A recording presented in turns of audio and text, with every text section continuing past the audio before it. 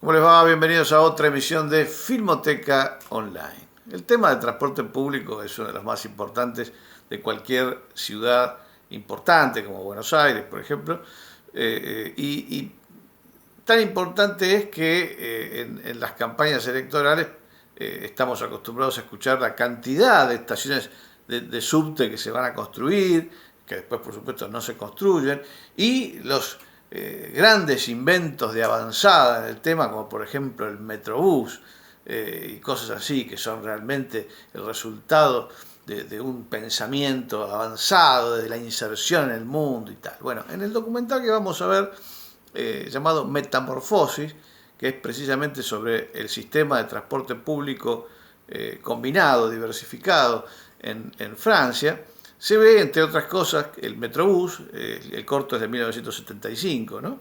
Y se ve la forma en la que la red tradicional de subterráneos de París, que es una de las más complejas y funcionales del mundo, se está viendo en ese momento potenciada por nuevas redes que llegan a lo que sería el conurbano de ellos, digamos, ¿no? La periferia de París. Cualquiera que haya visitado esa ciudad en los últimos años ha visto en funcionamiento este proyecto, que en la película está en su etapa de construcción.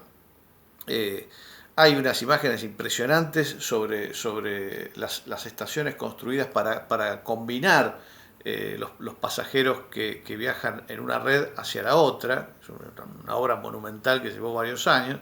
Es una obra en la que además se filmaron algunas películas. Hay una con Burt Lancaster y Alain Delon con una persecución filmada justamente en ese lugar. Entre otras cosas muy interesantes relativas al problema del transporte público en esa ciudad, que es como la de cualquier otra ciudad, ¿no? Bueno, todo esto está planteado y resuelto por los franceses en 1975, y nosotros acá, mientras la miramos desde afuera, como si no pasara nada. Ojalá la disfruten. Mañana seguimos con más Filmoteca Online.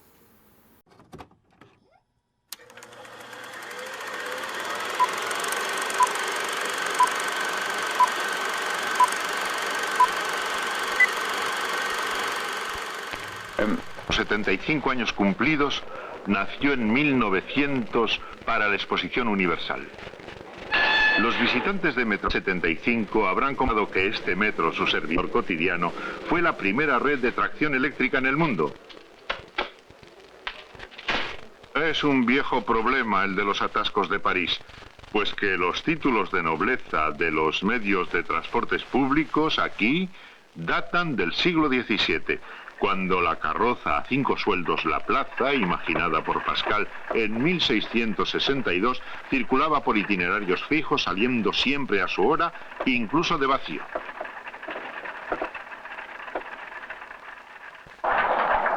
Solamente 2 siglos después, en 1855, aparece con la Compañía General de Ómnibus la noción de red.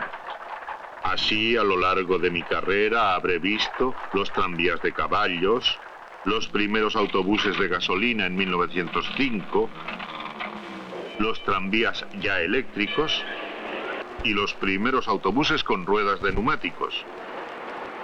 Mientras que mi metro es el primero que utiliza vagones metálicos.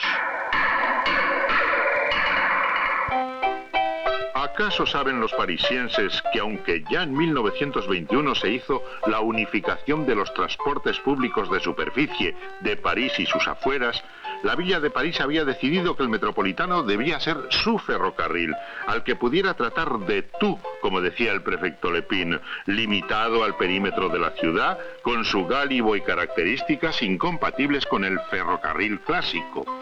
¿Por qué? Pues muy sencillamente para hacer más difícil el éxodo de los parisienses hacia el extrarradio.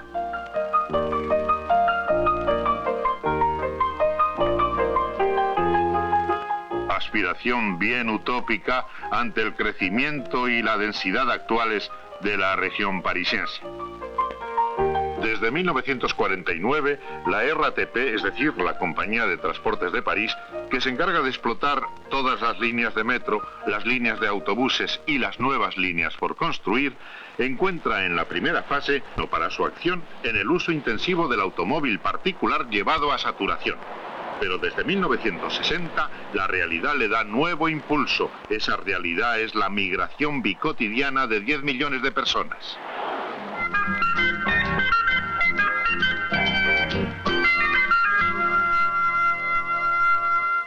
...1975... La RATP ofrece un sistema coordinado de transportes que dispone de 2 redes pesadas. El metro urbano y el metro express regional.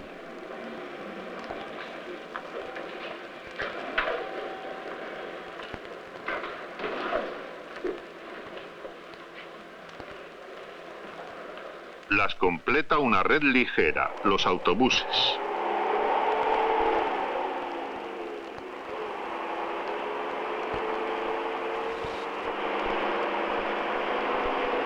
¿Quién mejor que yo podría apreciar la evolución de estas redes, ya que el usuario de hoy está demasiado acostumbrado a ellas para asombrarse ante su amplitud?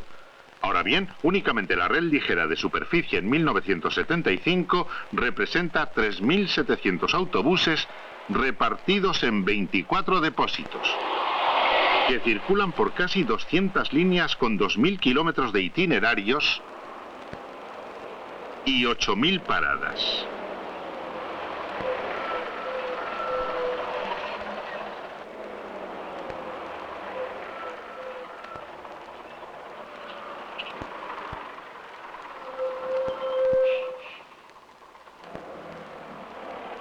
Dos tipos de autobuses de muy fácil acceso componen este parque, el más joven del mundo y perfectamente homogéneo.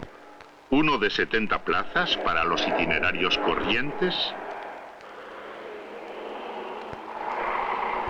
y otro más pequeño de 45 plazas que conviene mejor para los itinerarios más difíciles.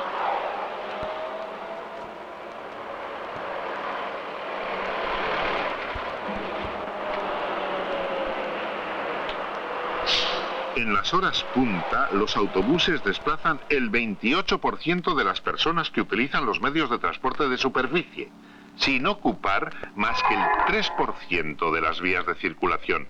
Los autos particulares, que ocupan el 97%, transportan solamente el 23% de los usuarios.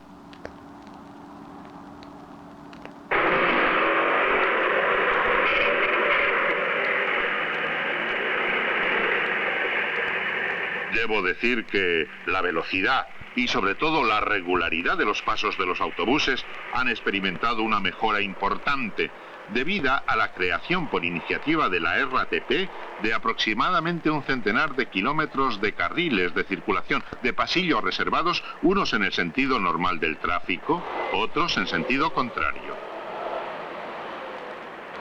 Y al lanzamiento, la organización de 7 líneas piloto de itinerarios protegidos en casi su totalidad.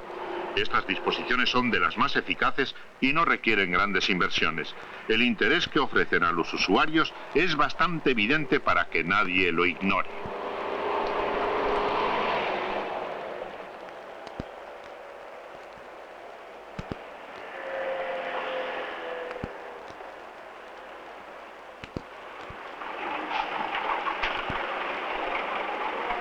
Pero es menester una mirada de especialista para calibrar hasta qué punto la regularidad de la explotación resulta también favorecida por unos medios técnicos, clásicos ya y experimentados, tales como la instalación en las cabezas de línea de un sistema de mando automático de las salidas y las comunicaciones radiotelefónicas con los vehículos. Con mi acostumbrada curiosidad, no podía dejar de interrogarme acerca de procedimientos nuevos que se inspiran en las ciencias de la electrónica y de la informática, sobre las cuales me queda por hacer toda mi educación. Así, con carácter experimental y en una sola línea, los autobuses están equipados con un dispositivo que permite registrar y localizar en el trazado de la línea la posición del vehículo, su adelanto o su retraso sobre el horario y su carga.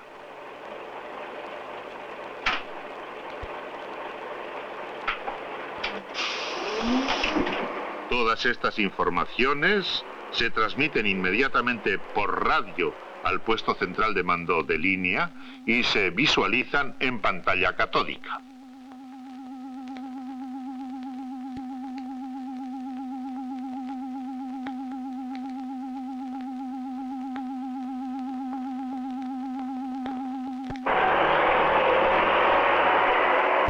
2.400.000 viajeros son transportados cada día por la red de autobuses. 4.200.000 utilizan los metros urbano y regional. 600 trenes, 19 líneas, 250 kilómetros de itinerarios, 400 estaciones.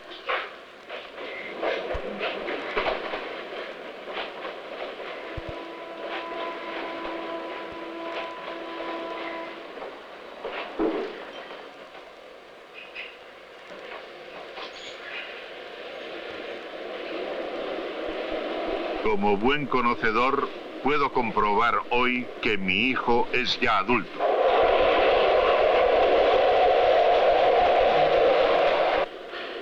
Esta rapidez, esta seguridad, este silencio, este confort, ¿todo esto les parece a ustedes natural?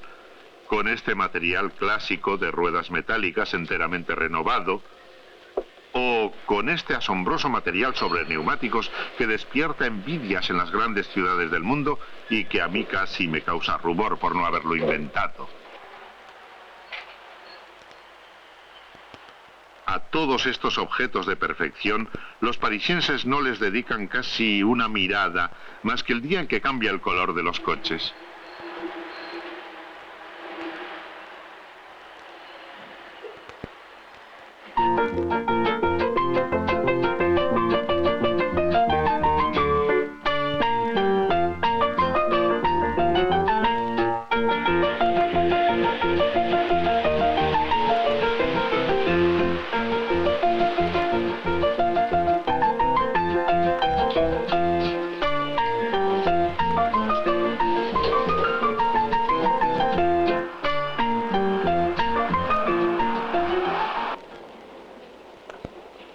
Puede que por esa misma razón, las múltiples mejoras que se aportan a la decoración de las estaciones, a su ambiente, a los accesos, la instalación de pasillos móviles, transportadores y de centenares de escaleras mecánicas, acaban difuminándose en el paisaje cotidiano de los tributarios de los transportes públicos.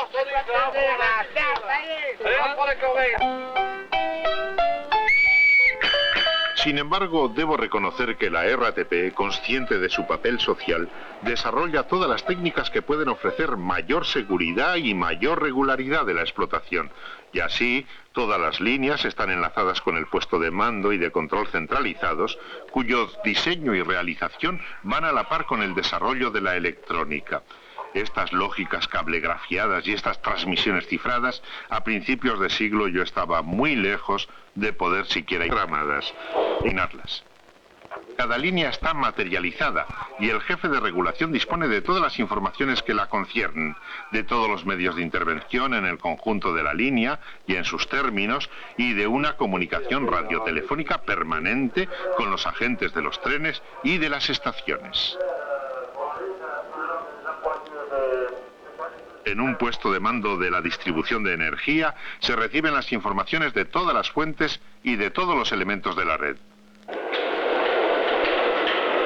Para mejorar la capacidad de transporte condicionada por el tráfico de punta, la RATP ha instalado también en 8 líneas. El reloj electrónico da al conductor las informaciones que determinan la limitación automática del tiempo de parada, con lo cual se puede acrecentar la capacidad de transporte en un 20%.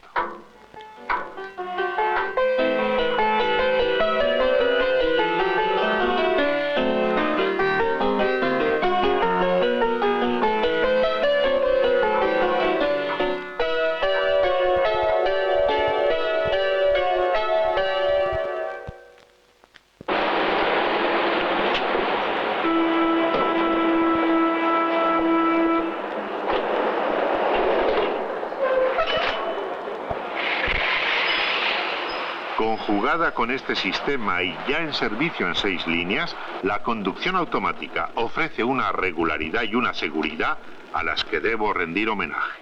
¡Qué evolución!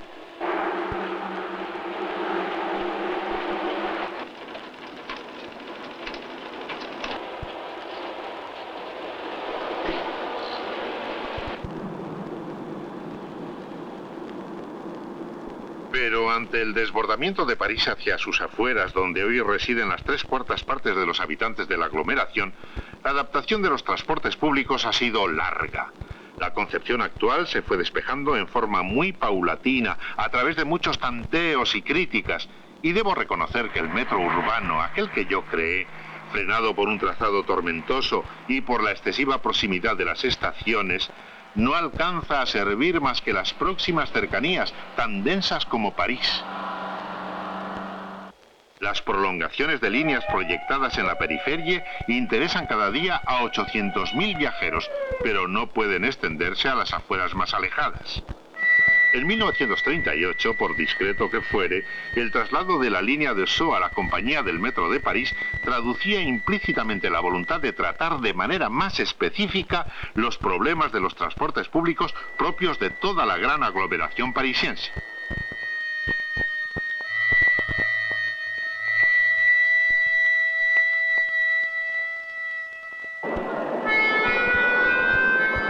Esta voluntad se manifestó de manera evidente en 1960 y se tradujo unos años después por la creación de la línea este-oeste del Metro Express regional de Saint-Germain-en-Laye a Boissy-Saint-Léger.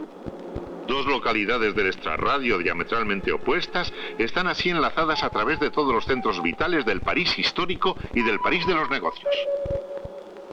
Por esta red, concebida para servir las zonas del extrarradio con comunicaciones rápidas hasta unos 30 kilómetros de París, circulan trenes de 3, 6 o 9 vagones del Gálibo Internacional de Ferrocarriles, silenciosos y confortables, que transportan de 800 a 2.500 viajeros. Alcanzan la velocidad de 100 kilómetros por hora y una media comercial de 50 a 60. La continua repetición de señales en el tablero de instrumentos y el sistema de vigilancia automática ofrecen una seguridad absoluta en caso de visibilidad insuficiente o de fallo del conductor, que, como en la red urbana, dispone de una comunicación radiotelefónica permanente con el puesto de mando centralizado de Vincennes, el PCC, desde donde se deciden y controlan los movimientos de todos los trenes de esta red.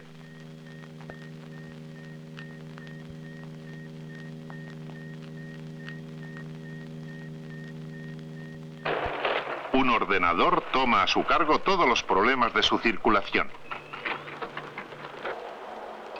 Así como en la red urbana, la codificación magnética define la validez de los billetes, boletos o tarjetas. Todas las operaciones de venta, de control, a la entrada o a la salida de las estaciones son automáticas y los calculadores las transmiten al ordenador del PCC.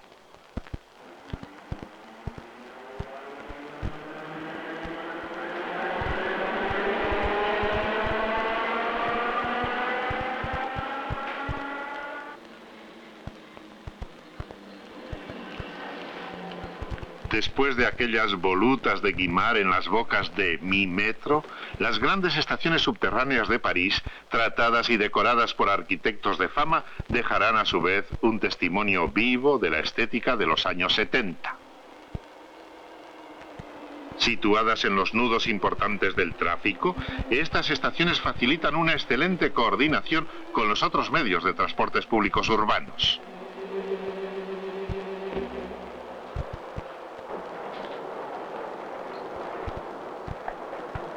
En ellas puedo admirar asimismo un equipo muy desarrollado de pasillos móviles o transportadores, de ascensores, de escaleras mecánicas, que habría colmado de gozo a mis contemporáneos. Mesdames et messieurs, les voyageurs sont invités à se munir de leur coupon carte orange avant le 1er du mois afin d'éviter l'attente au guichet.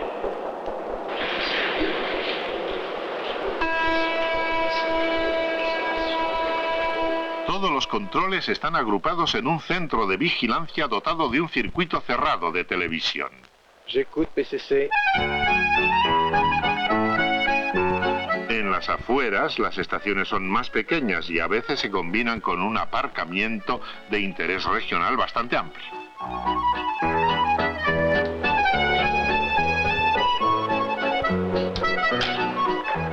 Generalmente están enlazadas con estaciones de autobuses.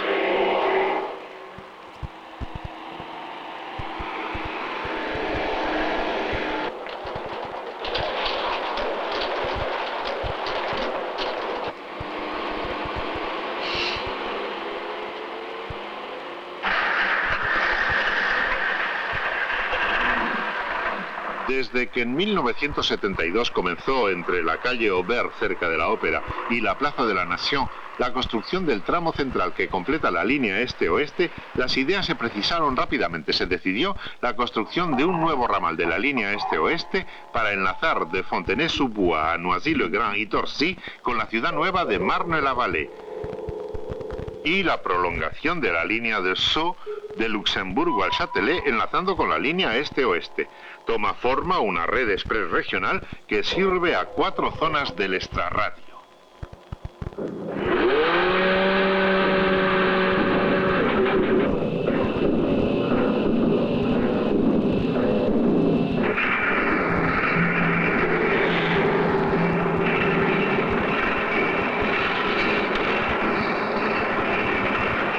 Con la construcción de la línea este-oeste se va comprendiendo más claramente el problema de los costes de las grandes infraestructuras subterráneas y se despeja la idea de la interconexión de las redes de Gran Gálibo, de la RATP y de los ferrocarriles franceses. La noción de red regional adquiere entonces una dimensión nueva.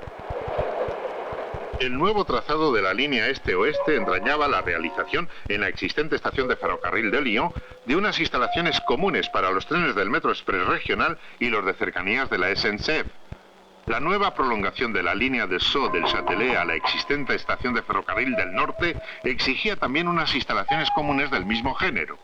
Es lógico entonces que para evitar los cambios a los viajeros se quiera hacer pasar los trenes de una red a otra mediante una interconexión de las líneas de la RATP y de los ferrocarriles.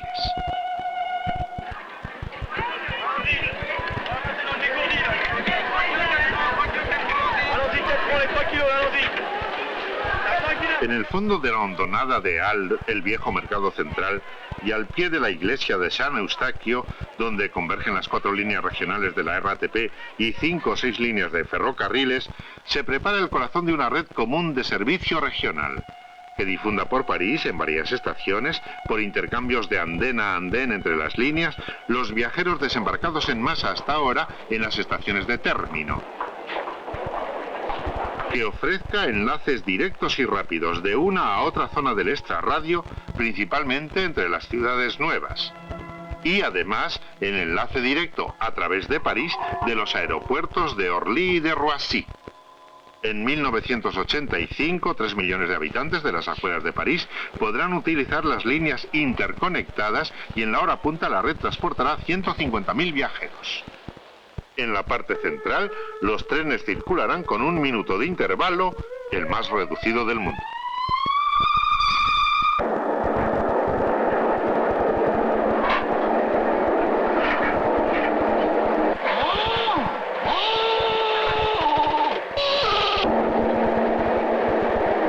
Con una utilización tan intensa y realista de las obras centrales del Metro Express regional, su rentabilidad es aún más evidente.